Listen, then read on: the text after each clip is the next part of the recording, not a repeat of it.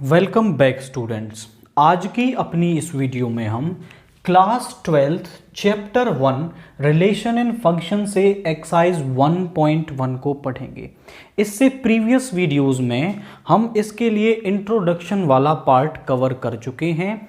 आज हम एक्सरसाइज 1.1 का सॉल्यूशन करेंगे।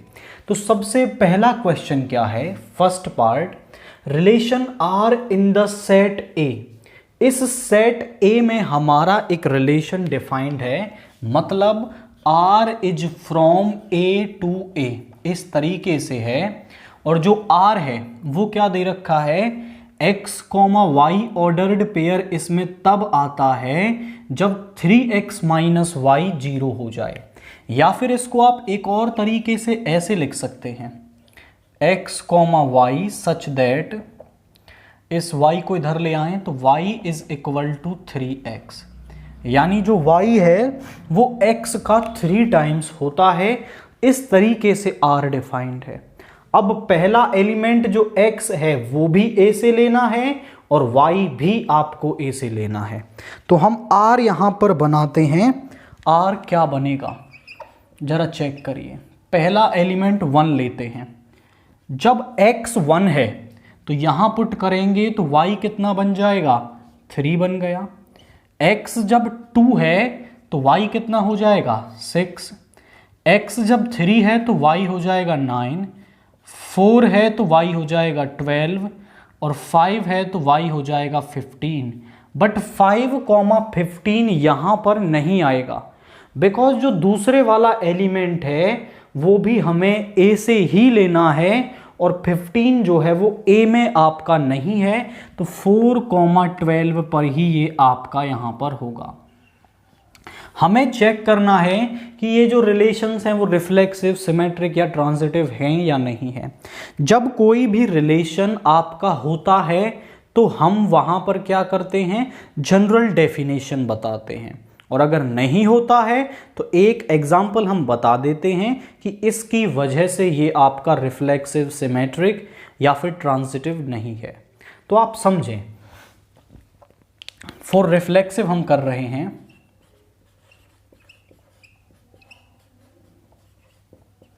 यहां पर हमने मान लिया let A belongs to A, या फिर आप सीधा बताएं कि 1 बिलोंग्स टू A, कि यहां पर आपका 1 तो है बट R के अंदर 1,1 नहीं है। और जब सभी के लिए 1,1 A टाइप का एलिमेंट R में नहीं है तो R रिफ्लेक्सिव नहीं है। आप बोलोगे 1 belongs to A but 1,1 does not belongs to R, so R is not reflexive.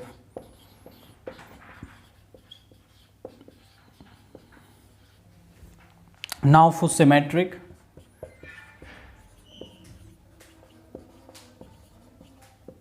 आप चेक करो कि 1,3 यहां पर है बट 3,1 यहां पर नहीं है। R सिमेट्रिक कब होगा? जब हर एक A, B के लिए B, A टाइप का एलिमेंट R में मिल जाए। तो आप चेक करो, आप बोलोगे कि here 1,3 belongs to R but 3,1 does not belongs to R, so R is not symmetric। तो जो R है हमारा वो सिमेट्रिक नहीं है। नाउ फॉर ट्रांजिटिव करेंगे। ट्रांजिटिव के लिए आप चेक करिए कि 1,3, 3,9 बट 1,9 यहां पर कहीं भी नहीं है। यही तो होती है डेफिनेशन कि A, B belongs to R, B, C belongs to R।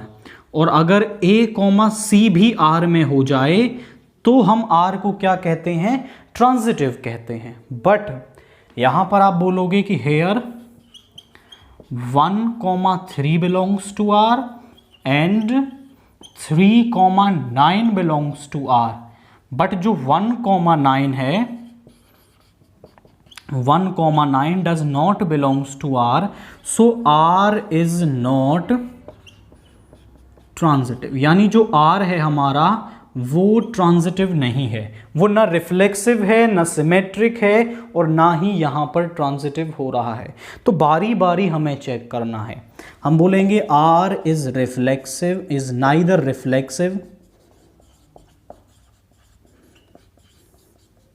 Nor symmetric nor transitive, क्योंकि उन तीनों में से वो कोई किसी भी टाइप का जो रिलेशन है वो यहाँ पर नहीं है। जब वो नहीं होता है तो एक एग्जाम्पल हमें बताना है, और जब वो है तो बेसिक डेफिनेशन हमें वहाँ पर लिखनी होती है।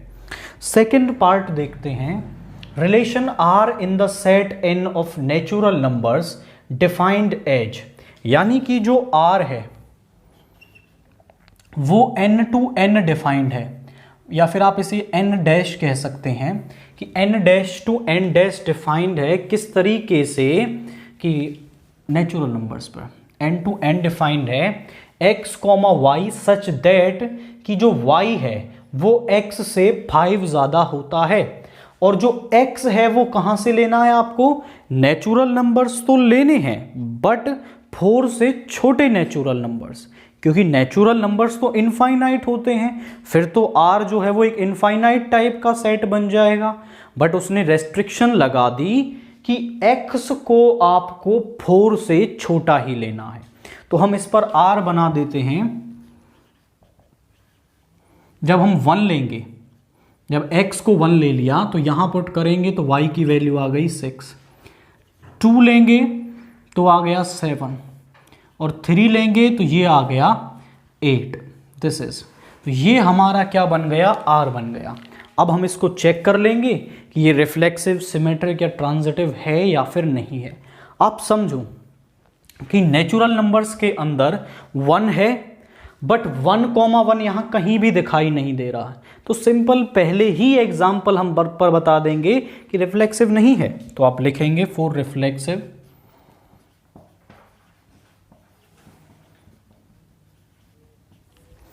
1 belongs to n but 1,1 does not belongs to n, so R is not reflexive।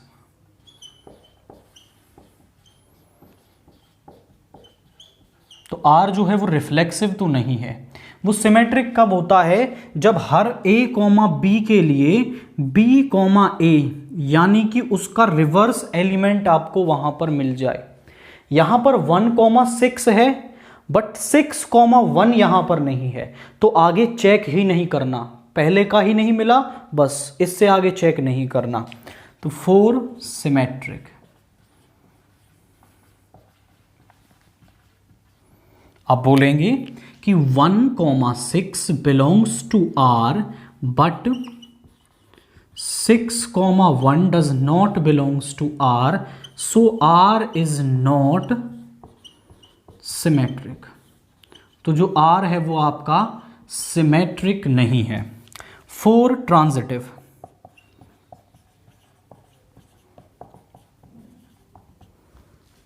अब यहां पर देखिए कि A, B R में है, B, C R में है, और यदि A, C R में हो जाए तो हम उस रिलेशन को क्या कहते हैं, आपका ट्रांजिटिव कहते हैं। अब यहां पर देखिए 1,6, ऐसा ऑर्डर्ड पेयर ढूंढो जो 6 से शुरू होता हो, नहीं है। 2,7, 7 से स्टार्ट होने वाला भी नहीं है। 3,8, 8 से स्टार्ट होने वाला भी नहीं है। हमने एक पर्टिकुलर केस पढ़ा था कि अगर A, B R में है एंड B, C R में नहीं होता है तो हम ये चेक ही नहीं करते, we will not be checking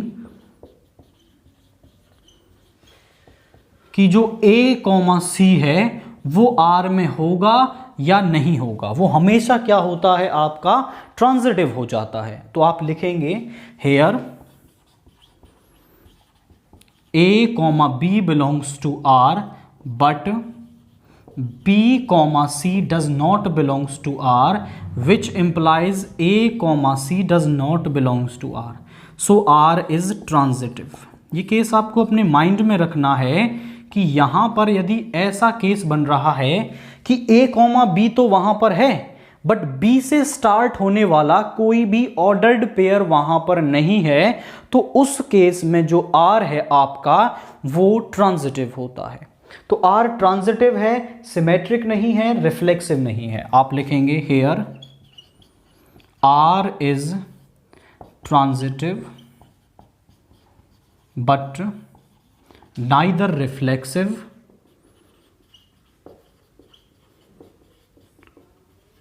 nor symmetric. ना तो वो रिफ्लेक्सिव है और ना ही वो आपका यहां पर सिमेट्रिक है, बट ट्रांजिटिव वो इस केस में यहां पर हो रहा है। फर्स्ट का थर्ड पार्ट देखिए, relation R in the set A. इस सेट ए में जो रिलेशन है वो डिफाइंड है, मतलब R is from A to A defined है आपका।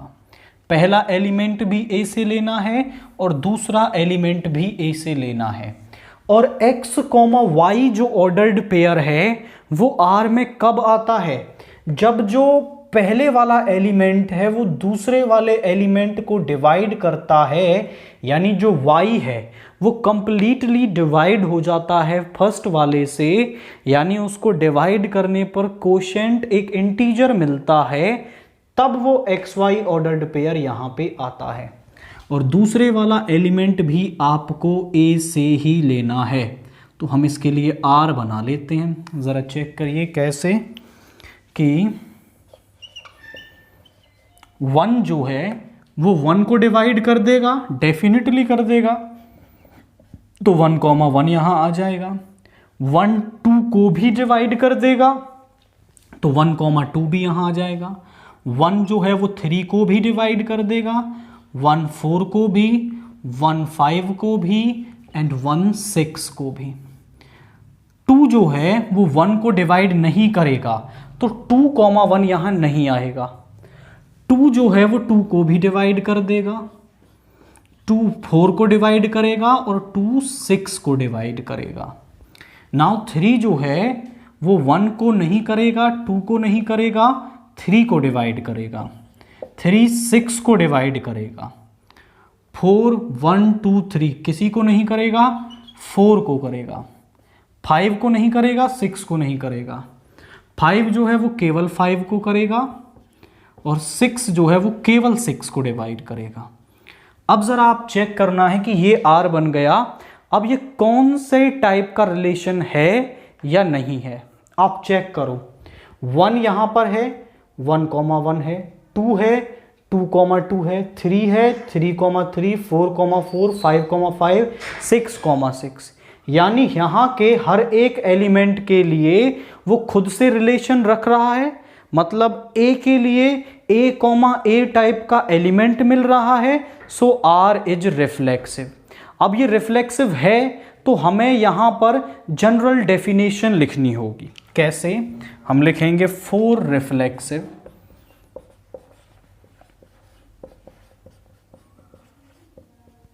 आप लिखोगे for every A belongs to A there exist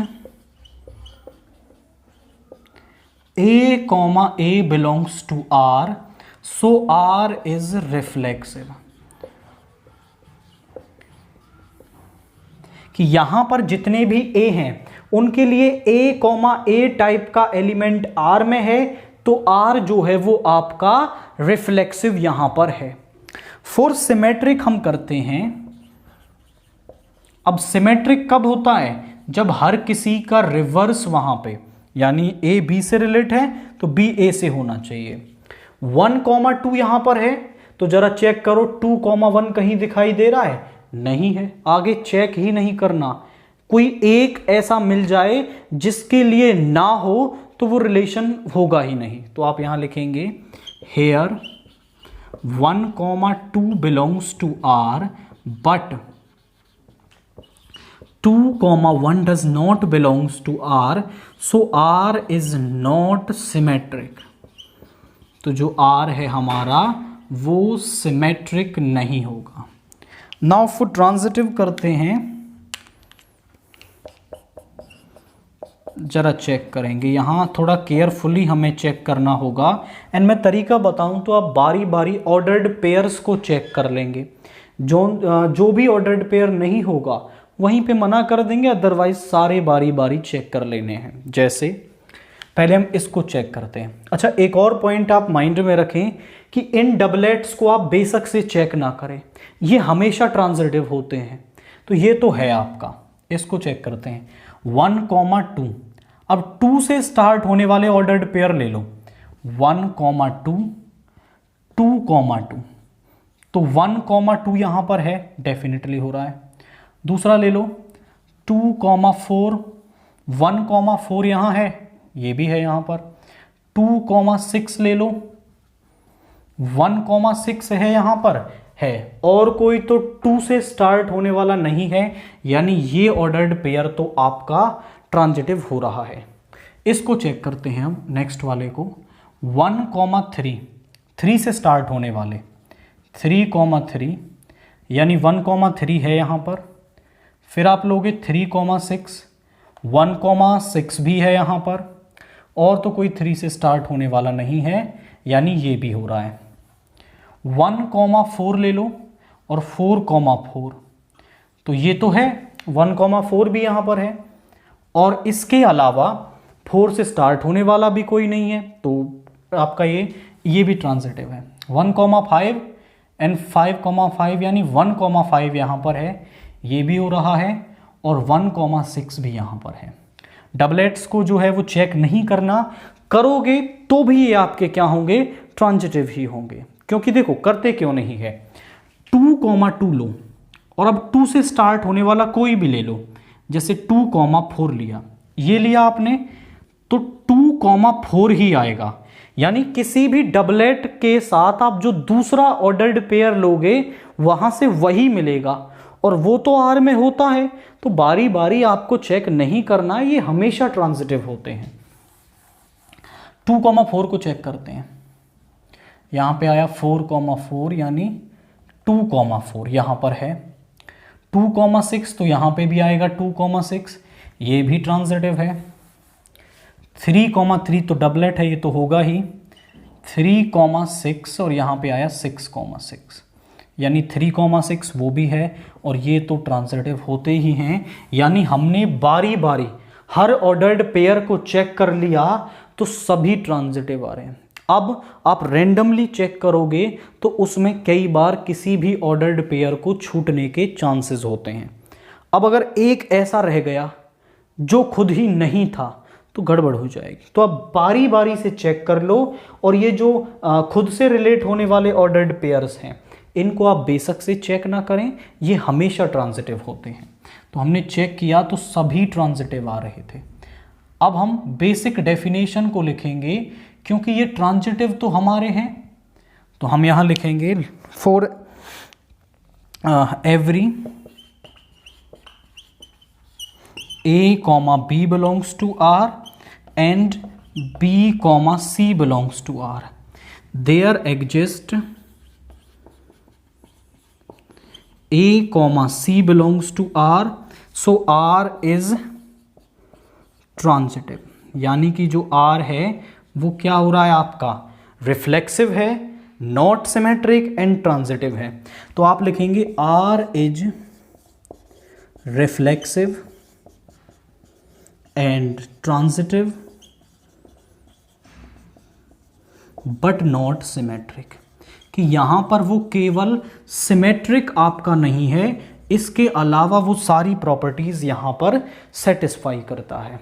इसके बाद relation R in the set of all integers defined as, कि वो जो आर है वो डिफाइंड है आपका जेड टू जेड, यानी कि पहला इंटीजर भी जेड लेना है और दूसरा भी जेड लेना है, सेट ऑफ इंटीजर्स से लेना है। तो वो एक्स वाई ऑर्डर्ड पेयर जो है वो आर में कब आता है, जब इन दोनों का डिफरेंस एक इंटीजर आ जाए, तो वो जो ऑर्डर्ड पेयर है वो आर के अंदर होता है। अब जनरली पिछले क्वेश्चंस में हम आर यहां पे बना रहे थे, बट इस क्वेश्चन में आर बनाना पॉसिबल नहीं है, क्योंकि जो सेट जिस पर ये डिफाइंड है उसमें इनफाइनाइट एलिमेंट्स हैं, तो R बनाना तो यहाँ पॉसिबल ही नहीं है। तो जनरल डेफिनेशन से हम क्वेश्चंस को करेंगे कि जैसे फॉर रिफ्लेक्सिव हम करते हैं सबसे पहले।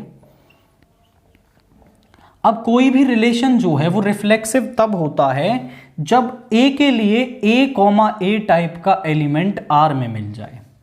अब A, जो है R में कब होगा? जब A-A आपको क्या मिल जाए? इंटीजर मिल जाए। तो फिर आप कह पाओगे कि A, R में है। आप समझो, हम बोलेंगे let A belongs to Z, या फिर फॉर ऑल A जो है वो क्या होगा? 0 होगा। और 0 क्या होता है? इंटीजर होता है। अब आप कोई भी ऐसा ऑर्डर्ड पेयर ले लो, 1,1, 2,2, 3,3, सभी का जो डिफरेंस है वो 0 आएगा, और जो एक इंटीजर होता है तो आप लिखोगे विच इज इंटीजर।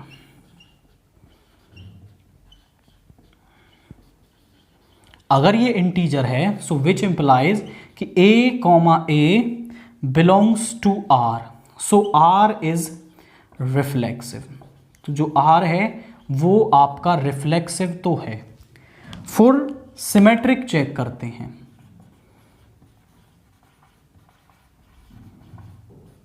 कोई भी जो रिलेशन है वो सिमेट्रिक तब होता है जब A, B R में हो और B, A भी आपका R में हो, तो उस रिलेशन को हम क्या कहते हैं? आपका सिमेट्रिक कहते हैं।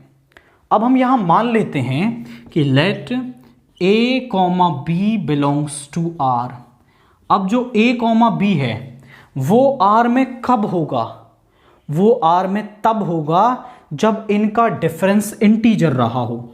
यानी हम कह सकते हैं कि A - B हमने सब मान लिया कि वो M है, विच इज इंटीजर। जो M है वो क्या है? इंटीजर है। तभी ये जो A, B ऑर्डर्ड पेयर है वो R में रहा होगा। अब B, A को R में होना है, मतलब B - A को भी इंटीजर आ जाए तो हम ये कह देंगे कि B, A जो है वो भी R में है और R सिमेट्रिक हो जाएगा। तो हम यहां लिखेंगे, यहां से माइनस कॉमन ले लो, इज इक्वल टू M, इसको इधर ले आओ। So B - A is equal to -M which is integer. अब आप पूछें कि सर आपने कैसे कह दिया कि ये इंटीजर है? आप समझ लो, मान लो कोई इंटीजर ले लो आप 2, और उसका नेगेटिव कर दोगे -2, इंटीजर होता है। या फिर ये नेगेटिव रहा हो तो प्लस का 2 भी इंटीजर होता है। यानी किसी भी इंटीजर का नेगेटिव से मल्टीप्लाई करने पर भी हमें एक क्या मिलेगा? एक इंटीजर ही मिलेगा। और अगर B - A जो है वो एक इंटीजर है, सो हम कह सकते हैं कि B, A belongs to R, so R is symmetric. तो जो R है वो सिमेट्रिक हो गया। नाउ फॉर ट्रांजिटिव करते हैं।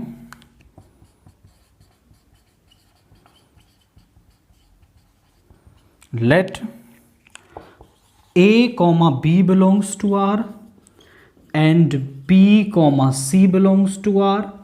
अब A, B R में है, B, C R में है। तो अगर A, C R में आ जाए तो हम कह देते हैं कि R जो है वो आपका ट्रांजिटिव है। अब A, B के R में होने का मतलब क्या है? कि A - B is equal to M some integer है, एंड B, C का मतलब है ये N, ये भी सम इंटीजर है, कि B - C भी इंटीजर है और A - B भी इंटीजर है। दोनों को ऐड कर दो तो यहां पे आएगा A - B plus B - C is equal to M plus N, और वो भी क्या होगा? एक इंटीजर आपके पास होगा। बिकॉज किन्हीं भी दो इंटीजर्स को ऐड करने पर हमें हमेशा एक इंटीजर ही मिलता है। तो अगर M भी इंटीजर था, N भी इंटीजर था, तो M प्लस N भी इंटीजर ही रहेगा। और यहां B से B कैंसिल हो गया। So a minus C is equal to m plus n, यानी कि एक इंटीजर। तो अगर a माइनस सी इंटीजर आ रहा है तो हम कह देंगे कि a comma C belongs to r, so r is transitive. तो जो r है वो क्या होगा, हमारा ट्रांजिटिव होगा। r जो है वो रिफ्लेक्सिव भी है, सिमेट्रिक भी है एंड ट्रांजिटिव भी है। तो यहां पे आप लिखेंगे r is reflexive, symmetric and transitive. और ऐसे रिलेशन को हम क्या कहते हैं, उसको हम कहते हैं इक्विवेलेंस रिलेशन। तो ये जो R है आपका वो एक इक्विवेलेंस रिलेशन है, क्योंकि वो तीनों ही टाइप्स का क्या है, यहां पर एक रिलेशन है। नाउ फिफ्थ जो रिलेशन है वो क्या है, relation R in the set A of human beings in a town at a particular time. एक जो ए सेट है वो क्या है, उसमें किसी टाइम पर एक टाउन जो है उसके सारे ह्यूमन बींग्स हैं। तो उस पर आर रिलेशन क्या है, X comma Y such that X comma Y जो ऑर्डर्ड पेयर है वो आर में तब आता है जब X and Y work at same place.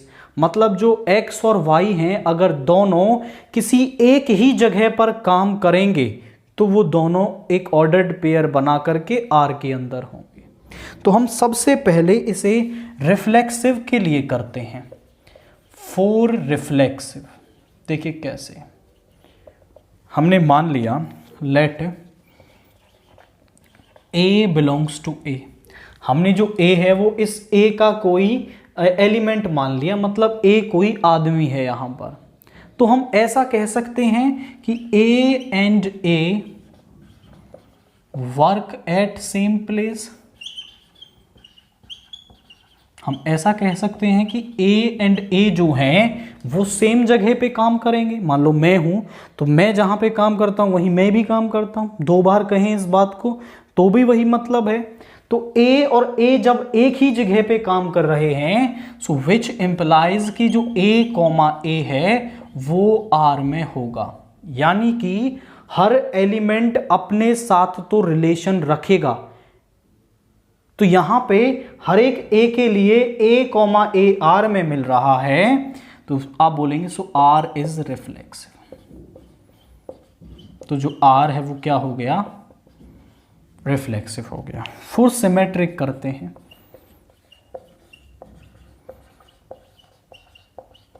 हमने मान लिया let A comma B belongs to R।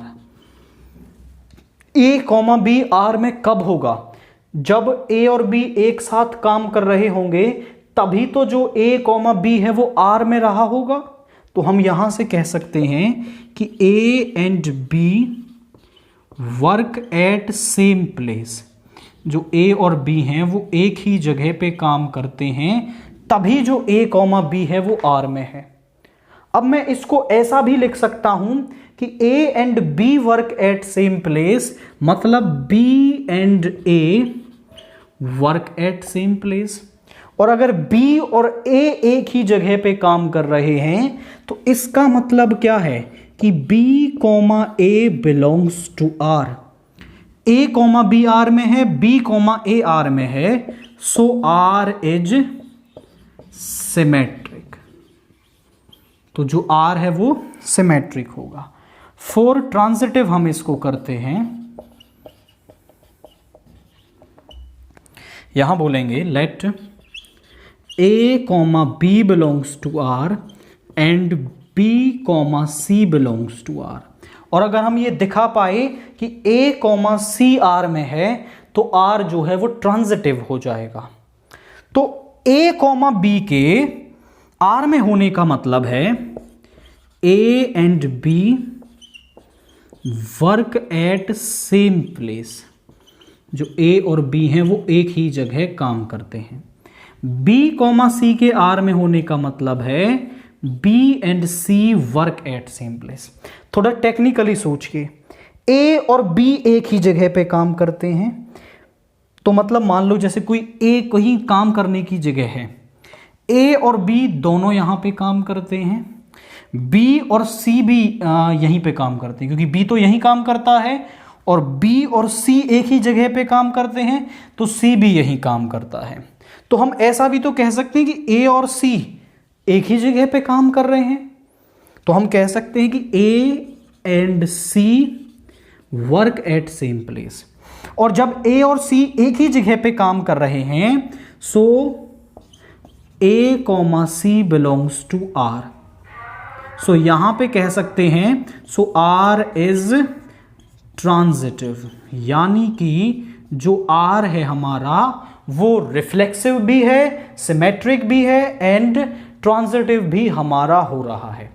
इसका जो बी पार्ट है वो क्या है, R is equal to x comma y, x and y live in the same locality.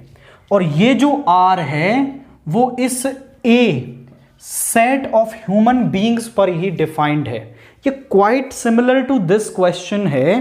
कैसे कि अब तक वो कह रहा था कि वर्क एट सेम प्लेस, अब वो कह रहा है live in the same locality.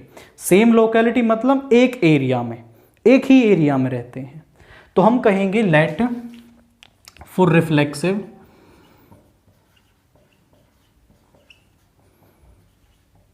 Late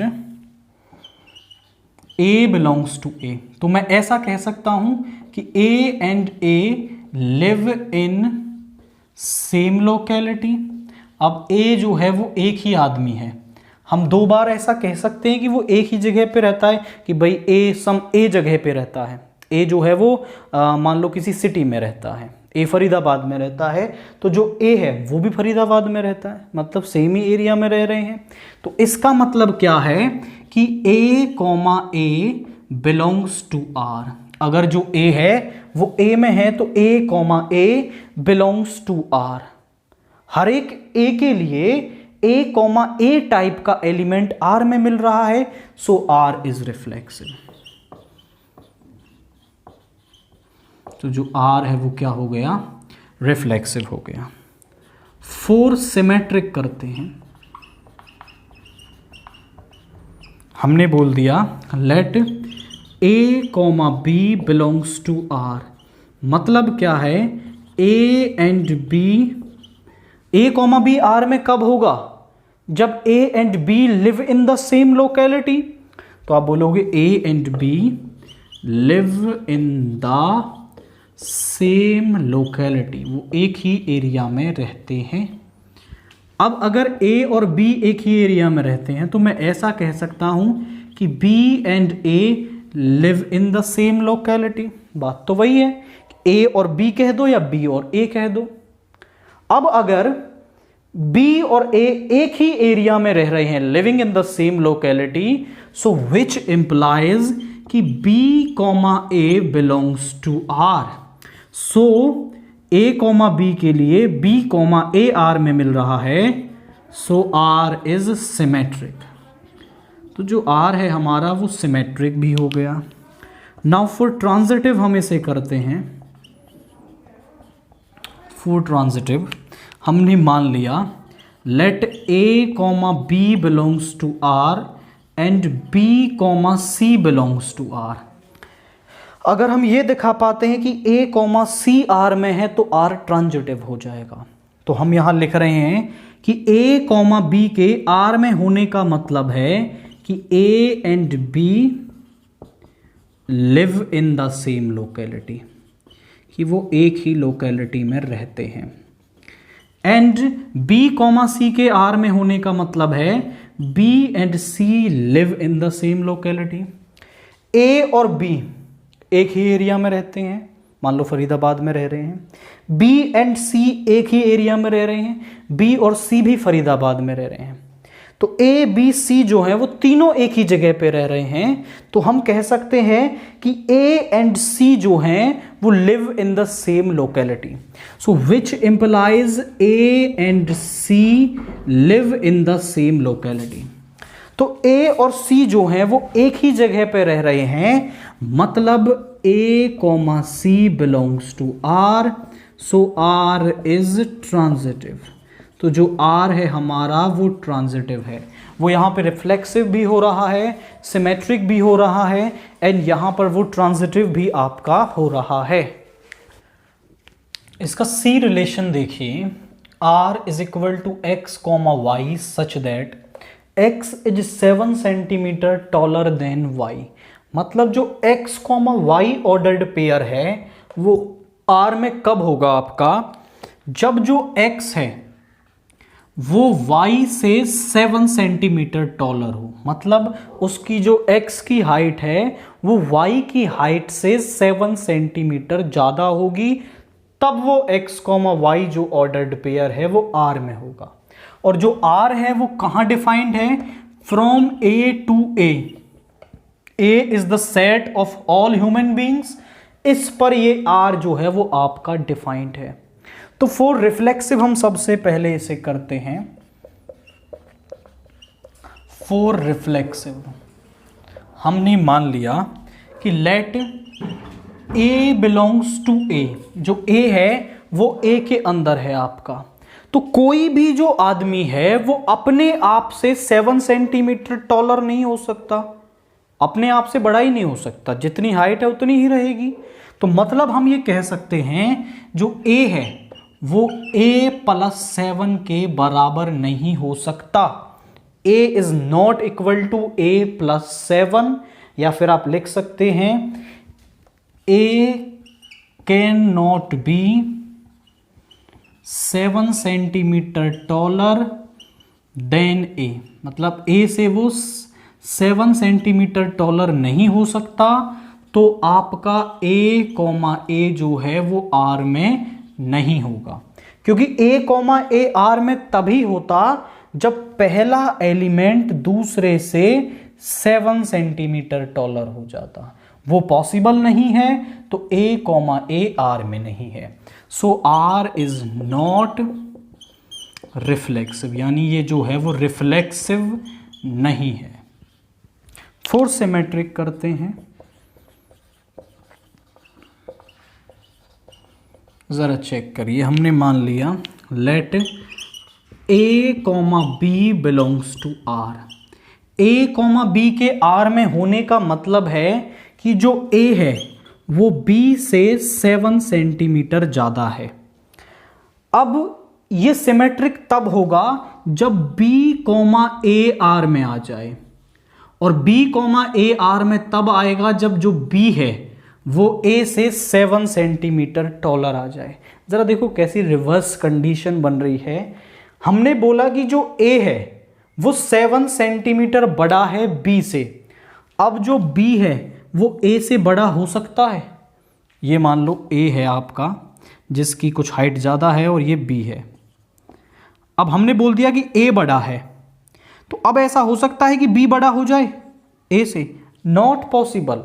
तो मतलब जो B है उसको आप ऐसा नहीं कह सकते कि वो A से 7 सेंटीमीटर बड़ा है। मतलब जो B कॉमा A है वो R में नहीं होगा। सो R इज नॉट ट्रांजिटिव। तो जो R है वो आपका ट्रांजिटिव नहीं है। फोर सिमेट्रिक नहीं है।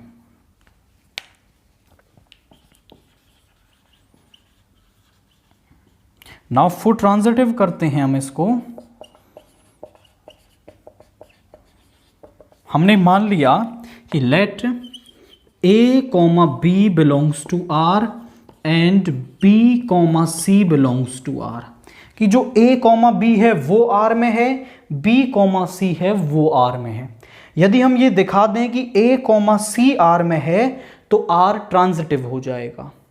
तो A कॉमा B R में कब होगा? जब जो A है वो B से 7 सेंटीमीटर बड़ा हो। B कॉमा C R में कब होगा? जब जो B है वो C से 7 सेंटीमीटर बड़ा हो। B की वैल्यू यहाँ रख दो, तो A is equal to C plus 7, B की जगह आ गया प्लस 7, यानी जो A है वो C से 14 सेंटीमीटर बड़ा है। C प्लस 14, इसमें 14 सेंटीमीटर जोड़ेंगे तो वो A के बराबर है। बट रिलेशन क्या है कि केवल उनको लेना है जो 7 सेंटीमीटर बड़े हैं, उससे कम जो 6 सेंटीमीटर बड़े हैं या फिर 8 सेंटीमीटर बड़े, किसी को नहीं लेना, केवल 7 सेंटीमीटर वाले लेने हैं। तो आप बोलोगे कि A is not equal to C plus 7, कि उससे 7 सेंटीमीटर बड़ा नहीं है, बेशक से ज़्यादा हो। तो आप कह देंगे कि A comma C does not belongs to R, so R is not transitive. तो जो R है आपका वो ट्रांजिटिव नहीं है, जो R है वो आपका रिफ्लेक्सिव नहीं है, सिमेट्रिक नहीं है, एंड ट्रांजिटिव भी यहां पर वो नहीं आ रहा है। इसके बाद D वाला जो रिलेशन है वो क्या है, R जो है वो A टू A डिफाइंड है। A is set of all human beings in a particular town. वो कह रहा है X कोमा Y जो ऑर्डर्ड पेयर है वो R में कब आता है, When जो X है वो वाइफ होती है किसकी, Y की। X is wife of Y, जो पहला ह्यूमन है वो दूसरे की वाइफ हो तो वो R के अंदर आता है, ये रिलेशन है। तो फॉर रिफ्लेक्सिव करते हैं हम,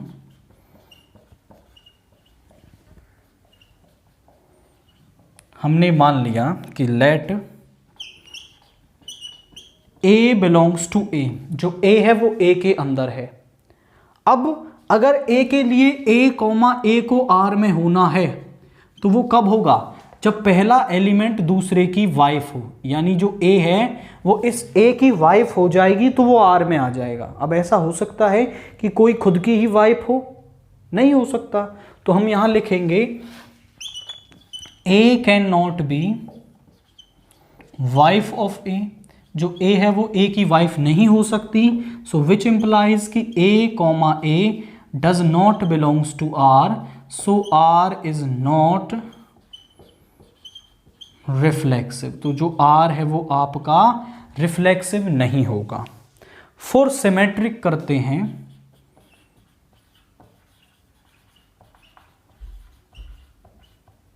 हमने बोल दिया कि let A comma B belongs to R। A comma B R में होने का मतलब क्या है, A is wife of B, A is wife of B, ऐसा है। तो यहां पर आप समझो कि सिमेट्रिक वो तब होगा जब B कॉमा A R में हो जाए, और ये होगा कब, जब B is wife of A हो जाए। बट आप समझो कि A is wife of B, यानी कि A तो हो गई फीमेल और ये हो गया मेल, और यहां पे कह रहा है B is wife of A, तो B यहां पे फीमेल आ रही है, विच इज नॉट पॉसिबल, क्योंकि वो पहले से मेल है आपका। B अगर मेल है, B अगर मेल है तो वो वाइफ नहीं हो सकता।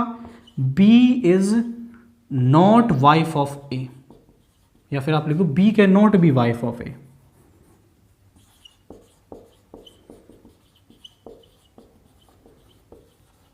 क्योंकि जो B है वो मेल है तो वो वाइफ नहीं हो सकता।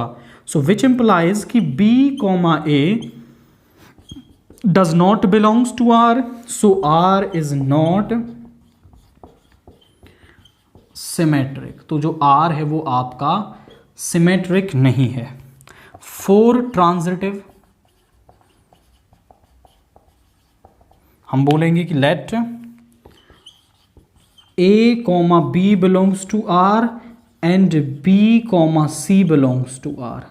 अगर हम ये दिखा दें कि A comma C belongs to R है तो वो R जो है वो ट्रांजिटिव हो जाएगा। अब ये आप समझो कि इसका मतलब है कि A is wife of B, A is wife of B, B यानी मेल हो गया, और B कॉमा C R में होने का मतलब होगा कि B is wife of C, तो B C की भी वाइफ नहीं हो सकता, क्योंकि B फीमेल हो ही नहीं सकता, वो पहले से मेल है। तो आप लिखेंगे and B comma C does not belongs to R, because में आप रीजन बता देंगे, बिकॉज विच इंप्लाइज कि B can not be wife of C। अब जब A कॉमा B R में है, B कॉमा C ही R में नहीं है, तो आप कह देंगे कि A comma C does not belongs to R, so R is transitive. ये केस हमने पर्टिकुलर पढ़ा था कि जब आपका A कॉमा B R में हो बट जो B कॉमा C है वो R में ना हो तो हम ये चेक ही नहीं करते कि A कॉमा सी R में होगा या नहीं होगा, वो रिलेशन वहां उस केस में आपका क्या होता है, ट्रांजिटिव होता है। फिफ्थ का ई पार्ट देखिए, जो R रिलेशन है वो फ्रॉम A टू A ही डिफाइंड है, जहां पर जो A है हमारा वो set of all human beings है, एंड वो x comma y ordered pair इसके अंदर कब होता है, when x is father of y। अगर जो x है वो y का फादर है तब वो x कॉमा वाई जो ऑर्डर्ड पेयर है वो आपका R के अंदर आता है। तो फॉर रिफ्लेक्सिव हम इसे करेंगे,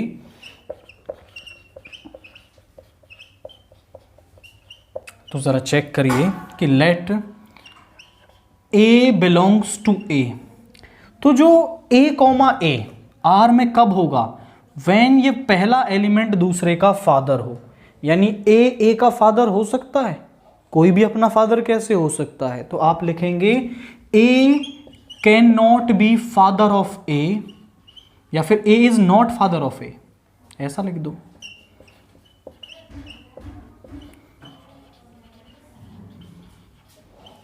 तो आप कहेंगे कि A comma A does not belongs to R, so R is not reflexive. तो जो R है हमारा वो रिफ्लेक्सिव नहीं होगा। नाउ फॉर सिमेट्रिक करते हैं।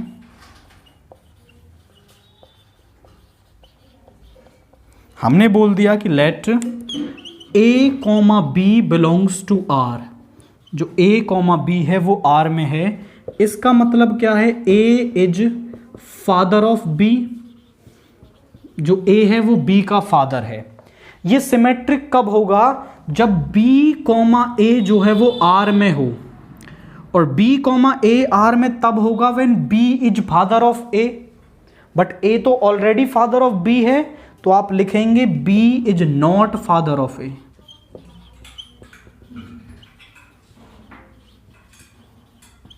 सो विच इंप्लाइज कि जो B कॉमा A है वो does not belongs to R, so R is not symmetric. तो जो R है आपका वो सिमेट्रिक नहीं होगा। नाउ फॉर ट्रांजिटिव इसे करते हैं।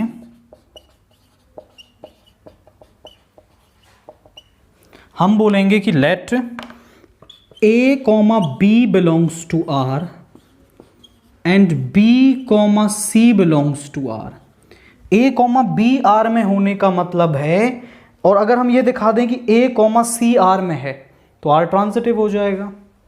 अब A कॉमा B के R में होने का मतलब है A is father of B, and B comma C के R में होने का मतलब है B is father of C। देखिए जरा, A B का फादर, B C का फादर, तो मतलब A is grandfather of C। Simple सी बात है, बट फादर नहीं है। रिलेशन क्या होना चाहिए, A is not father of C, क्योंकि वो ग्रैंड फादर है। तो अगर वो फादर नहीं है तो A comma C does not belongs to R, so R is not transitive, यानी वो ना रिफ्लेक्सिव है, ना सिमेट्रिक है, और ना ही वो आपका क्या है, ट्रांजिटिव है। इसके बाद सेकंड क्वेश्चन को जरा देखिए, क्या है, show that R in the set R, यानी जो R रिलेशन है वो आपका सेट ऑफ रियल नंबर्स पर। रियल नंबर्स को हम इस वाली नोटेशन से दिखा रहे हैं क्योंकि दोनों R हो रहे हैं ना, R ही रिलेशन है और R ही रियल नंबर, तो इस नोटेशन से हम रियल नंबर्स को दिखा रहे हैं। कई बार इसे ऐसे भी लिख दिया जाता है कई बुक्स के अंदर, तो इससे हम रियल नंबर्स को दिखा रहे हैं। और रिलेशन क्या है, R is from R to R, और R है आपका वो A comma B ordered pair तब आता है जब पहले वाला जो है वो दूसरे वाले के स्क्वायर के या तो छोटा हो या उसके बराबर हो। हमें ये शो करना है is neither reflexive nor symmetric nor transitive. तो जरा चेक करते हैं। 4 रिफ्लेक्सिव,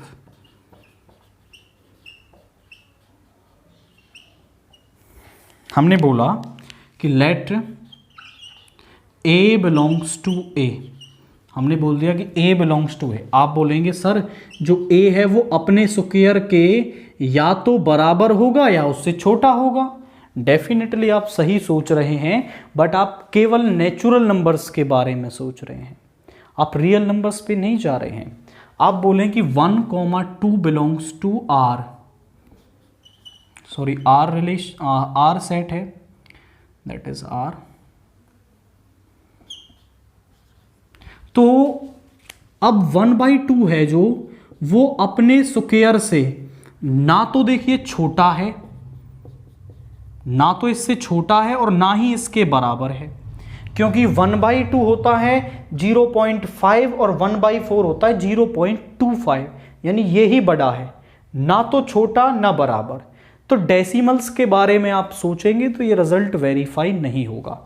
आप लिखेंगे कि 1/2 is not less than equal 1/2 का square. So which implies 1/2, 1/2 does not belongs to R, so R is not reflexive।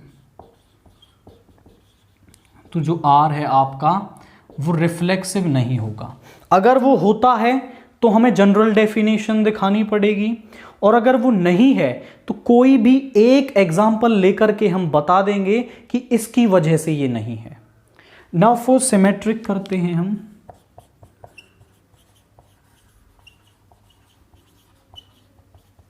Late कोई एक एग्जाम्पल लेते हैं हम कि let 1, 3 belongs to R, but आप चेक करिए कि 3 is not less than equal to 1 का square.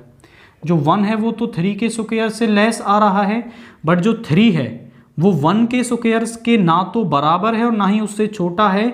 So 3, 1 does not belongs to R, so R is not symmetric. तो जो R है आपका वो सिमेट्रिक नहीं होगा। एंड नाउ फॉर ट्रांजिटिव के लिए इसे आप करोगे तो ट्रांजिटिव के लिए आप नंबर्स इस तरीके से लेना कि जो डिक्रीजिंग ऑर्डर में हो। अगर इंक्रीजिंग में लोगे तो कंडीशन सेटिस्फाई होगी, बट अगर आपने नंबर डिक्रीजिंग ऑर्डर में लिए तो वो नहीं होगी। ज़रा जैसे हम ले लेते हैं 5, 3, 2। 5, 3 belongs to R and 3, 2 belongs to R, क्योंकि जो 5 है वो छोटा है आपका 3 के स्क्वायर से, 3 जो है वो छोटा है 2 के स्क्वायर से। हम बोल रहे हैं let 5, 3 belongs to R and 3, 2 belongs to R, क्योंकि जो 5 है वो छोटा है 3 के स्क्वायर से एंड 3 जो है वो छोटा है 2 के स्क्वायर से। अगर 5, 2 R में हो जाए तो ये जो पर्टिकुलर ऑर्डर्ड पेयर हैं वो ट्रांजिटिव होंगे, बट आप चेक करो which implies 5 is not less than equal to 2 का स्क्वायर, क्योंकि 2 का स्क्वायर होगा 4 और 5 जो है वो 4 से ना तो छोटा है और ना ही बराबर है, यानी 5, 2 कंडीशन सेटिस्फाई नहीं कर रहा। तो हम लिखेंगे which implies 5, 2 does not belongs to R, so R is not transitive.